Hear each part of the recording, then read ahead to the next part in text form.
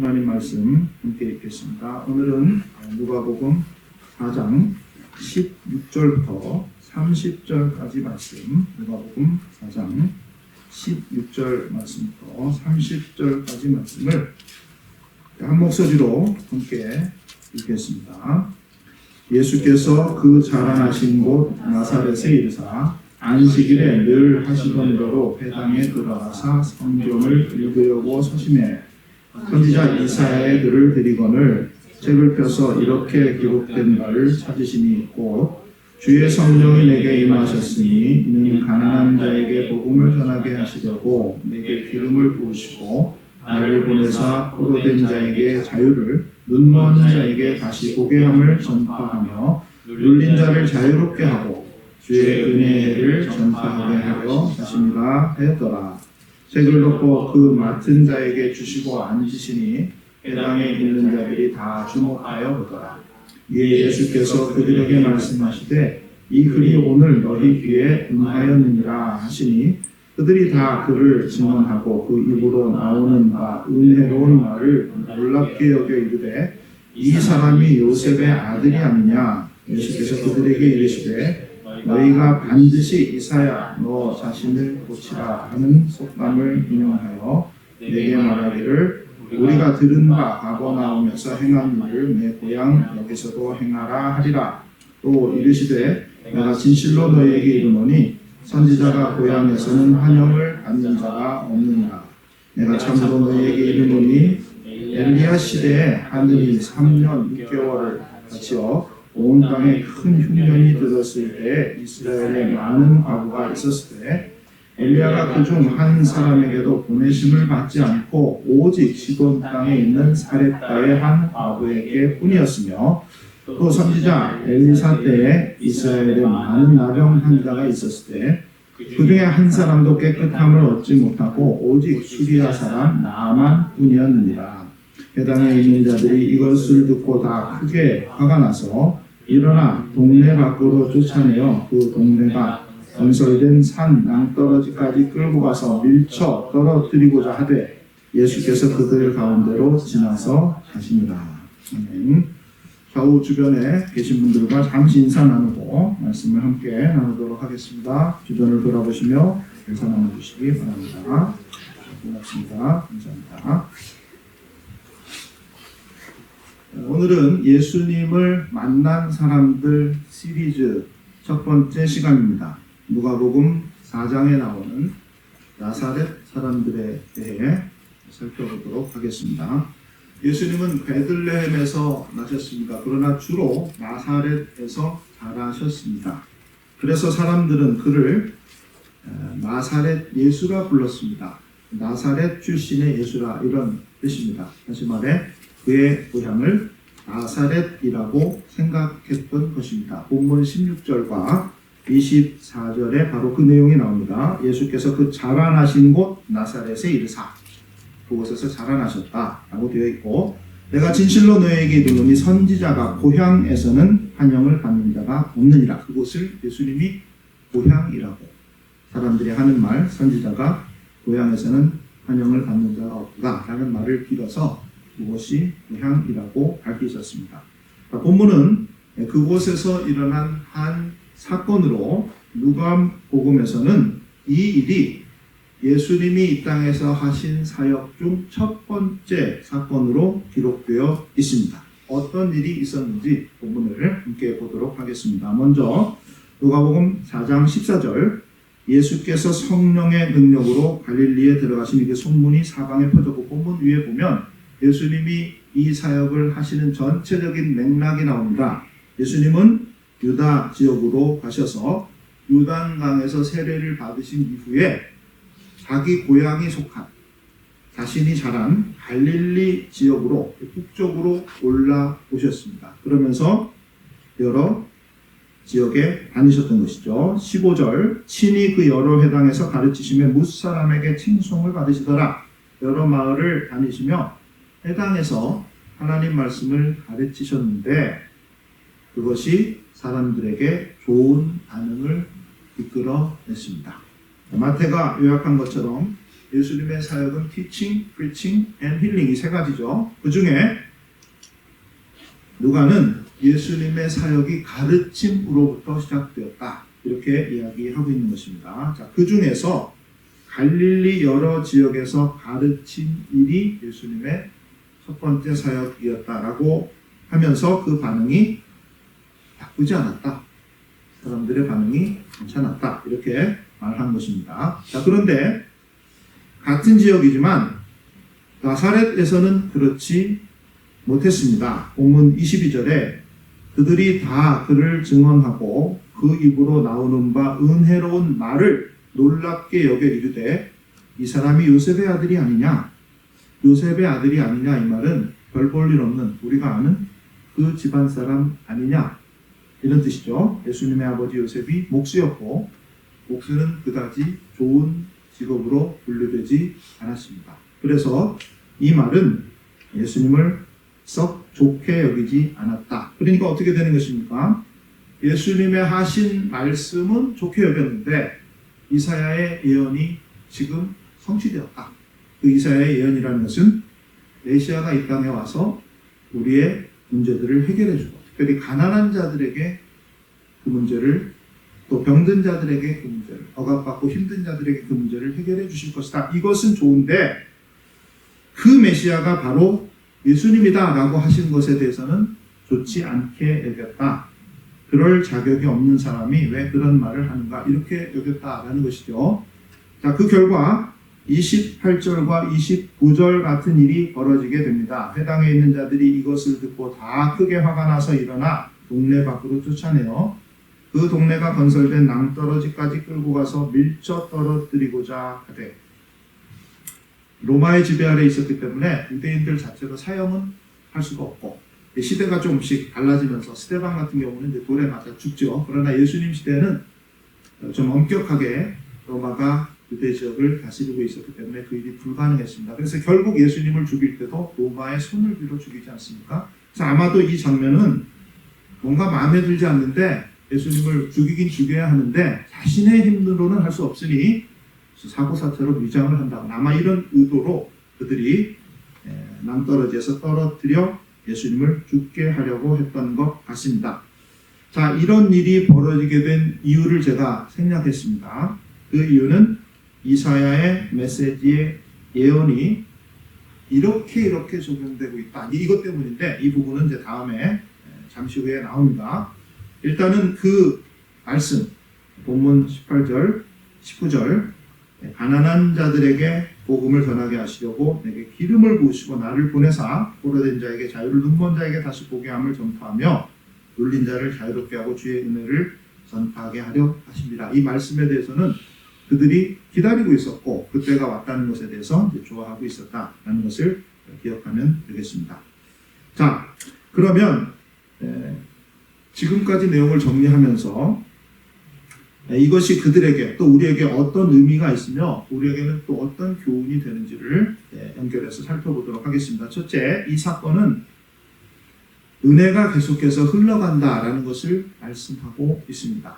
누가의 버전으로 말하자면 예수님이 단지 유대인들의 구원자로 오신 것이 아니라 이방인들에게도 똑같이 구원자로 오셨다라는 것을 보여주는 사건입니다. 그런데 그 이방인들이 어떻게 복음을 듣고 은혜를 받게 되었는가? 유대인들이 그 복음을 거부했기 때문이다. 이런 말이겠죠. 자, 본문은 누가복음에 속해 있는데 이 누가복음은 이방인들을 위한 성경이었습니다. 그래서 유대인들을 위해 기록된 마태복음과 이방인들을 위해 기록된 누가복음은 여러 면에서 다른 점을 가지고 있습니다. 예를 들어 마태복음과 누가복음 모두 족보가 기록되어 있는데 마태복음의 족보는 아브라함으로부터 시작됩니다. 쉽게 말해서 유대인의 족보이죠. 그런데 누가복음의 족보는 그 기원이 계속해서 거슬러 올라가서 인류의 조상 아담까지 올라가게 됩니다. 이 말은 마태복음은 유대인들을 위해 성경을 썼지만 누가는 이방인들을 위해 이 성경을 썼다. 이런 뜻이 되겠죠. 자, 또 다른 예로 다른 복음서에는 선생이라는 말이 랍비라고 되어 있습니다. 그런데 누가복음을 원문으로 보면 이 말이 디다스 칼로스라는 말로 되어 있습니다. 랍비는 아람어, 그들이 늘 사용하던 일상적인 언어였고 디다스 칼로스는 헬라어였습니다. 누가복음이 주로 헬라어를 사용하고 있던 이방인 독자들을 위해 쓰여진 것이다 라는 것을 간접적으로 알 수 있는 대목입니다. 게다가 누가복음은 구약 성경을 인용할 때 히브리 원문을 이용하지 않고 항상 70인경 히브리 성경이 헬라말로 번역된 그 버전을 사용합니다. 그래서 같은 결론을 맺게 되죠. 누가복음은 이방인들을 위한 성경이었다라는 것입니다. 이런 관점에서 볼 때 본문은 어떤 사람들이 은혜를 거부한 결과 은혜는 계속해서 흘러가는 특성이 있는데 다른 사람에게로 은혜가 흘러가더라라는 것을 보여주면서 특히 누가에 한해서는 유대인들이 은혜를 거부한 결과 우리 같은 이방인에게 기회가 주어졌다는 것을 말하려고 했다는 것입니다. 이것이 누가의 말이 아니고 사실은 예수님의 말씀이었다고 누가가 확증해 주죠. 그 뒤에 이어져 나오는 우리가 본문을 아까 보면서 잠시 생략했던 바로 그 부분 두 개의 예를 통해서 누가가 이 사실을 확증합니다. 하나는 엘리야 이야기입니다. 온 땅에 흉년이 들어 굶어 죽고 있을 때 엘리야가 하나님의 명령을 받습니다. 이방인들의 지역인 시돈으로 가서 사렙다에 살던 한 과부에게로 가라. 가서 엘리야도 굶주리고 있었으니 먹을 것을 구했고 그러자 그 과부가 남은 밀가루 한 움큼과 기름으로 엘리야를 대접했다. 이 이야기 아닙니까? 이 이야기를 하면서 예수님이 이스라엘에도 과부가 많았는데 엘리야 시대에 보면 그들이 아니라 이방인 중에 한 과부가 이렇게 은혜를 받게 되었다. 그 대접한 일로 사렙다 과부의 그 집에 떡과 기름이 마르지 않았기 때문입니다. 유대인들이 그들의 잘못으로 인해 어려움을 당할 때 굶주리고 있을 때 오히려 하나님의 은혜가 이방인에게로 흘러가더라. 이것을 보여주고 있죠. 다른 하나는 엘리사 이야기입니다. 나아만이라는 아람 사람이 그는 이제 아람의 군대 장관이었는데 어떻게 보면 이스라엘의 적이었죠. 그 사람이 문둥병에 걸렸는데 이스라엘에 가면 나을 것이다 라는 말을 누군가를 통해 듣게 됩니다. 그 집의 여종을 통해 듣게 되죠. 히브리 사람으로 노예로 잡혀온 그 사람에게 그 말을 듣고 무작정 이스라엘로 들어와 엘리사를 찾습니다. 그런데 정작 엘리사는 그를 집안으로 들여보내주지도 않았고 다만 요단강에 가서 7번 목욕을 해라 이렇게 말을 합니다. 그러자 나아만이 그 말을 그대로 순종하죠. 그래서 그 문둥병이 낫게 됩니다. 예수님의 말씀은 유대인도 아닌 이방인이 유대인들 안에도 이 히브리 사람들, 이스라엘 사람들 안에도 수많은 나병 환자들이 있었는데 그들이 아닌 하나님의 은혜가 이방인에게 임했다라고 말씀하시는 것이죠. 왜 이 말씀을 하셨습니까? 누가는 왜 이 말씀을 기록했습니까? 무슨 말인가 하면 나사렛 회당에서 일어난 마태복음과 마가복음에도 기록되어 있습니다. 그런데 이 엘리사 이야기, 엘리야 이야기는 누가복음에만 기록되어 있습니다. 그러니까 누가가 이 나사렛 회당의 사건을 가지고 또 이방인들이 구원받은 이 이야기들을 가지고 뭔가 말하려고 했다는 것입니다. 무엇을 말하려고 했는가? 은혜를 거부하면 그 은혜가 다른 데로 흘러간다. 심지어 너희들이 싫어하는, 너희들이 무시하는 이방인들에게도 그 은혜는 흘러간다라고 말하려고 하는 것입니다. 이 말을 듣고 있던 이방인들은 너무나 기분이 좋았겠죠. 이 성경을 보는 사람들. 그런데 사실 그 현장에 있던 유대인들, 그리고 이 성경을 읽던 다른 유대인들은 아마 이런 이야기를 들을 때 그 의도를 정확하게 파악했다면 기분이 좋지 않았을 것입니다. 그래서 이 말을 듣고 있던 유대인들은 예수님을 죽이려고 했던 것입니다. 자, 이 사건을 통해 우리에게도 같은 교훈이 주어집니다. 하나님의 때가 있고 은혜를 주실 때가 있는데 그 은혜를 거부하지 말라라는 것입니다. 우리가 거부하면 그 은혜는 다른 데로 흘러가게 됩니다. 그래서 고린도후서 6장에서 바울이 우리가 하나님과 함께 일하는 자로서 너희를 권하노니 하나님의 은혜를 헛되이 받지 말라라고 합니다. 하나님의 은혜를 거부하지 말아라. 받되 그것을 귀하고 복되게 생각하라. 라고 하면서 이어서 보라 지금은 은혜 받을 만한 때요 보라 지금은 구원의 날이로다 라고 덧붙입니다. 지금이 바로 하나님이 은혜를 주실 때이니 그 은혜를 구하고 그 은혜가 주어질 때 그것을 가볍게 여기지 말아라 이런 말이죠. 은혜가 필요한 사람, 필요 없는 사람이 있습니까? 우리 모두에게는 은혜가 필요합니다. 어려운 일을 당할 때 도우시는 은혜가 필요합니다. 알지 못해 답답할 때 깨닫는 은혜가 필요합니다.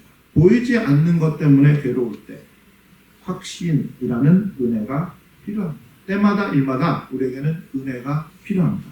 그런데 다행스럽게도 하나님께서는 은혜로우신 분이기 때문에 이렇게 때를 따라 우리에게 은혜를 주신다는 것입니다. 우리가 그 은혜를 헛되이 여기지 않기를 바랍니다. 그럴 때 이런 일이 일어난다는 것을 기억하시기를 바랍니다. 은혜를 주실 때 그 은혜 가운데 있는 외면하지 않고 도망가지 않고 거부하지 않는 모두가 될 수 있기를 바랍니다. 이것이 본문을 통해 우리에게 주시는 첫 번째 교훈입니다. 두 번째, 본문을 통해서 우리는 본의 아니게 위로를 받습니다. 본문의 사건이 예수님의 첫 번째 사역이었다라고 말씀을 드렸습니다. 누가복음에서는 그렇다는 것이죠. 예를 들어 요한복음에서는 첫 번째 사역이 가나의 혼인잔치에서 포도주를 만드시는 것이었는데 그것은 바로 예수 그리스도의 십자가의 보혈을 의미하는 사건으로 예수님의 사역이 어떻게 될 것이다라는 것을 미리 보여주는 사인이었습니다. 누가복음에서는 그렇지 않고 예수님이 첫 번째 사역을 시작하시자 반응이 엇갈렸다. 이것이 그 첫 번째 사건에 대한 내용입니다. 작은 성공도 있었지만 어떤 면에서는 실패가 있었다. 그럼에도 불구하고 보라, 이 뒤의 내용을 우리가 안 읽었지만 예수님께서 이에 굴하지 않고 예수님이 하셔야 될 일들을 계속합니다. 갈릴리 여러 지역에 다니면서 말씀을 가르치시고 또 이후에 보면 가버나움에 가셔서 귀신 들린 자를 고치시고 병자를 고치시는 내용이 기록되어 있습니다. 모두가 예수님을 환영한 것도 아니고 그렇다고 모두가 거부한 것도 아니지만 그것이 별로 상관이 없었더라. 예수님은 자신에게 주어진 일에 충실하셨고 그 일을 감당하는데 이런저런 일들은 아무런 영향력이 없었더라. 이것을 보여주죠. 이것이 본의 아니게 우리에게 위로가 된다는 것입니다. 왜냐하면 우리도 살다 보면 또 교회를 섬기다 보면 또 사역을 맡아 하다 보면 모두가 나를 좋아하지 않는다는 것을 알게 됩니다. 모두가 나를 환영해주지 않고 따르지 않는다는 것을 알게 되죠. 그럴 때 그렇게 낙심할 필요가 없다는 것입니다. 하물며 예수님이 그러셨는데 우리는 또 어떻겠습니까? 예수님도 이런 반대에 부딪히시고 그래서 그곳을 지나치셔야 했고 예수님도 불순종 때문에 괴로워하셔야 했고 다른 곳으로 발걸음을 돌리셔야 할 때가 많았는데 나는 또 어떻겠습니까? 근데 가만히 보면 주로 목사님들이 이런 부분을 착각하시는 것 같아요. 자기가 굉장히 설교를 잘하는 것처럼 자기에게 어떤 특별한 능력이 있는 것처럼 그렇게 여기는 것 같습니다. 제가 대화를 많이 나눠보면.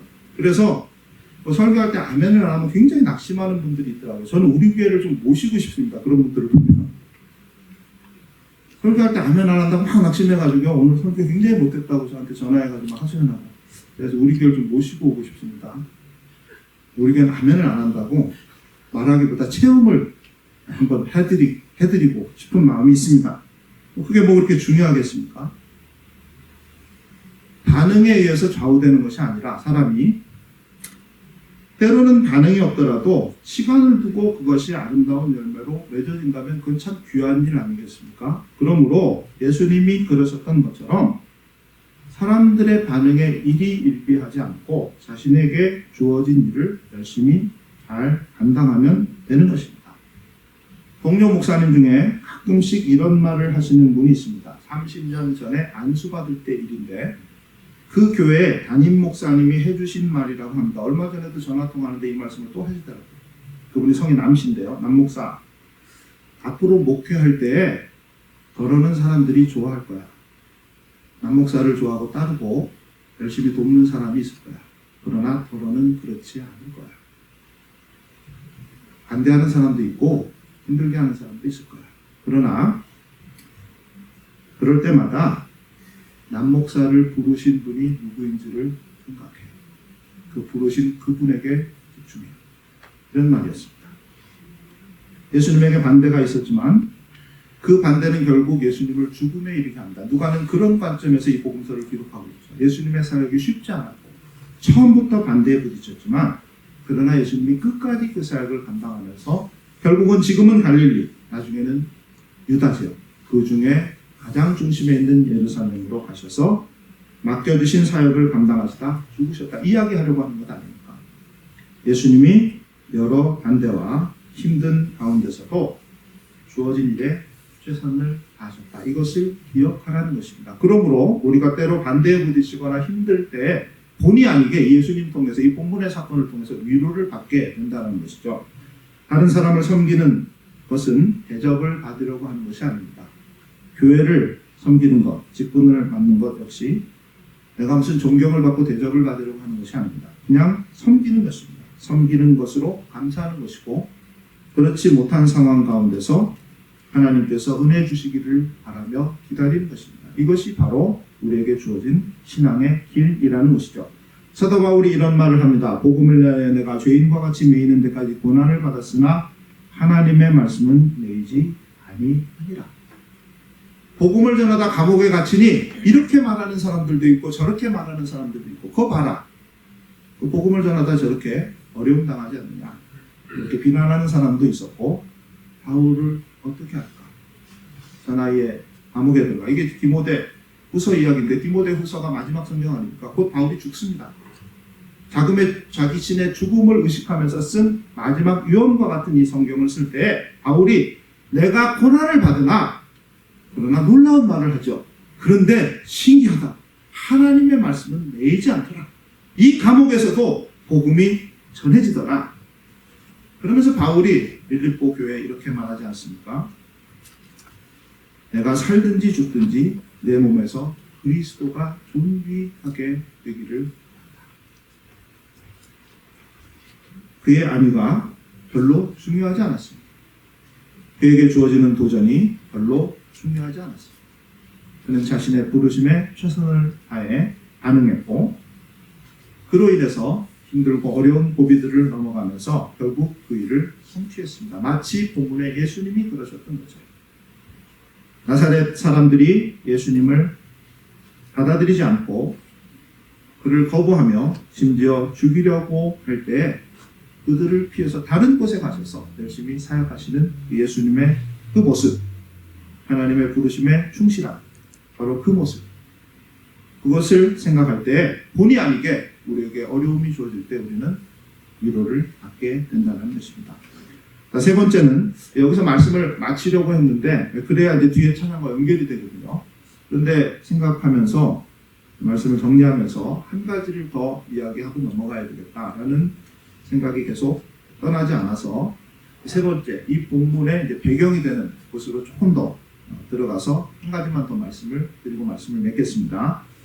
이 본문의 사건의 배경은 나사렛인데 그 중에서도 이제 회당이죠. 예수님이 말씀을 가르치실 때 회당을 다니시면서 그곳에 사람들이 모이니까 거기서 말씀을 가르치셨습니다. 나사렛에서도 그렇게 하셨죠.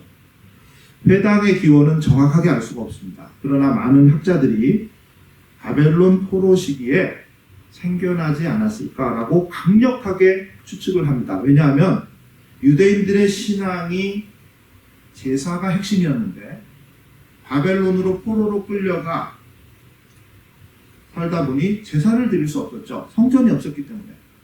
그리고 포로된 자들이 무슨 예루살렘에 가서 제사를 드리고 이런 일이 가능했겠습니까? 그러다 보니 그들의 신앙이 흔들려 버렸습니다.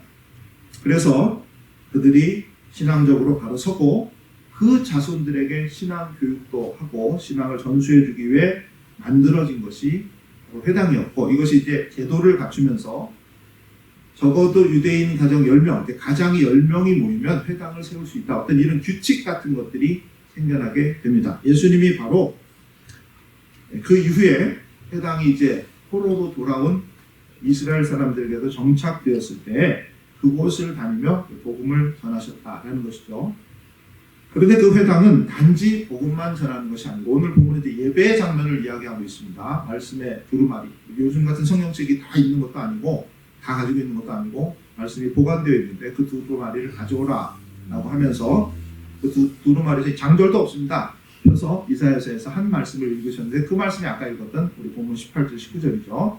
그러면 그 말씀을 읽고 설명을 해주는데 그때 오늘 본문에 그 예배의 장면이 자세히 나옵니다. 지금은 설교를 서서 하지만 예전에는 앉아서 했습니다.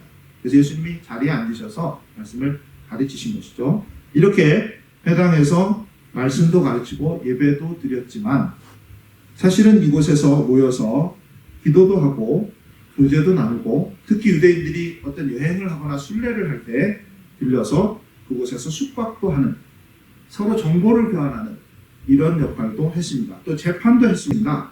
그 마을에 그 회당의 구성원들 가운데 중요한 일이 생기면 그 일을 논의하고 하나님의 율법을 기준으로 판결을 내리는 이런 일도 회당에서 했습니다. 이후에 회당이 예루살렘에 뿌리를 내렸을 때 유대인들은 성전에서 가서 예배도 드리고 회당에서도 모여 말씀도 배우고 기도도 하고 이런 일을 했다는 것입니다.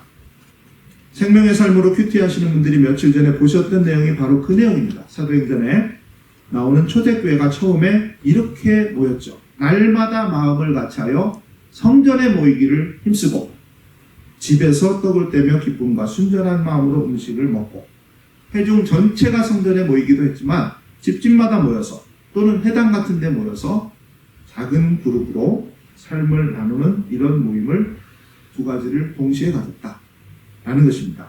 오늘날 유대인들은 여전히 회당을 가지고 있지만 사나몬에도 있고 월너크릭에도 있고 이 지역에도 유대인 회당들이 있습니다. 버클리에도 있고. 그런데 기독교는 회당을 가지고 있지 않죠. 우리는 교회를 가지고 있습니다. 그 교회가 건물이든 사람의 모임이든 이런 역할을 교회가 감당하고 있다는 것이죠. 전체가 모일 때 예배를 드리고 그룹으로 모일 때는 교제하고 함께 기도하면서 또 떡을 떼며 성찬을 나누고 이런 일들이 교회 안에서 다양한 형태로 이루어집니다. 그래서 오늘날은 회당이나 성전이 없지만 우리는 교회라는 곳에서 회당의 기능과 성전의 기능을 함께 감당하면서 신앙생활을 하고 있는 것입니다. 그런데 제가 오늘 말씀을 드리며 마무리하고자 하는 것은 팬데믹을 지나면서 이 구도가 무너졌습니다. 모이기를 힘써야 되는데 모이는 것이 위험한 시대를 우리가 겪다 보니 자연스럽게 모임이 어려워졌고 더 중요한 것은 그 안에 마땅히 있어야 할 공동체성이 무너졌습니다. 어려운 말로 하면 교회론이 흔들려 버렸습니다. 팬데믹 이전에 믿음이 점점 희미해지더니 구원론이 희미해졌죠. 그러다가 팬데믹 때 교회론이 무너졌습니다. 이 두 가지가 굉장히 중요한데 여러분이 만약에 신학을 공부하신다면 다른 건 다 잘 못하셔도 되는데 이 두 가지는 확실히 하셔야 되거든요. 구원론과 교회론. 그런데 지금은 이 두 가지가 다 무너져버린 상태가 되었다는 것입니다. 오늘 본문의 말씀을 보면서 그들이 그 과거에 어려울 때 붙들고 있었던 그 회당이 여전히 존재하면서 당시 예루살렘과 유대 지역에 480개 정도 회당이 있었다고 하는 조사 내용이 있습니다. 어느 곳에든지 모이면 힘써 말씀을 배우고 기도하며 삶을 나눴던 이 모임이 그렇게 유지되어서 예수님이 그것들을 통해서 바울도 그것들을 중심으로 복음을 전했는데 오늘은 이제 그런 모습이 많이 연약해지고 현실적으로 힘들어지는 것을 보면서 안타까운 마음이 들었습니다.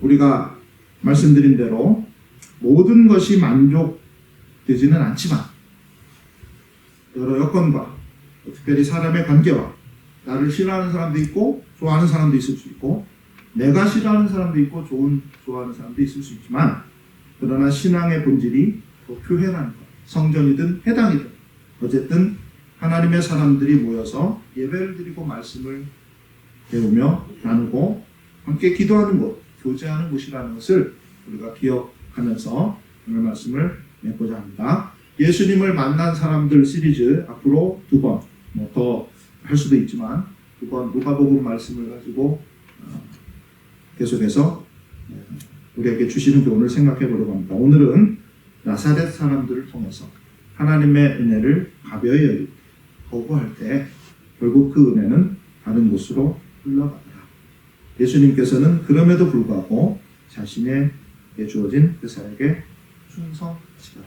이 말씀을 꼭 기억하시면서 우리에게도 은혜의 기회가 주어질 때 은혜를 충만히 받고 누리는 우리 모두가 되기를 원하고 하나님께서 주신 일을 잘 감당하며 하나님께 충성하는 모두가 되기를 원합니다. 이 일이 교회를 통해서 이루어진다라는 것을 기억하시기를 예수님 이름으로 간절히 축원드립니다. 기도하겠습니다. 하나님 감사합니다. 누가가 이방인들에게 그들에게 어떻게 구원이 이르게 되었는지 복음을 받게 되었으며 은혜를 누리게 되었는지를 설명하는 작은 하나의 흔적을 보여주었습니다. 이 본문의 말씀을 우리가 잘 간직하고 하나님의 은혜를 소중히 여기는 우리에게 도와주시고 그 은혜를 따라 힘껏 수고하며 우리를 부르시고 세우신 하나님을 바라보고 믿음 안에서 굳게 세워져가는 우리 모두가 되고 교회가 되게 축복해 주시기를 간절히 바라옵고 소원합니다.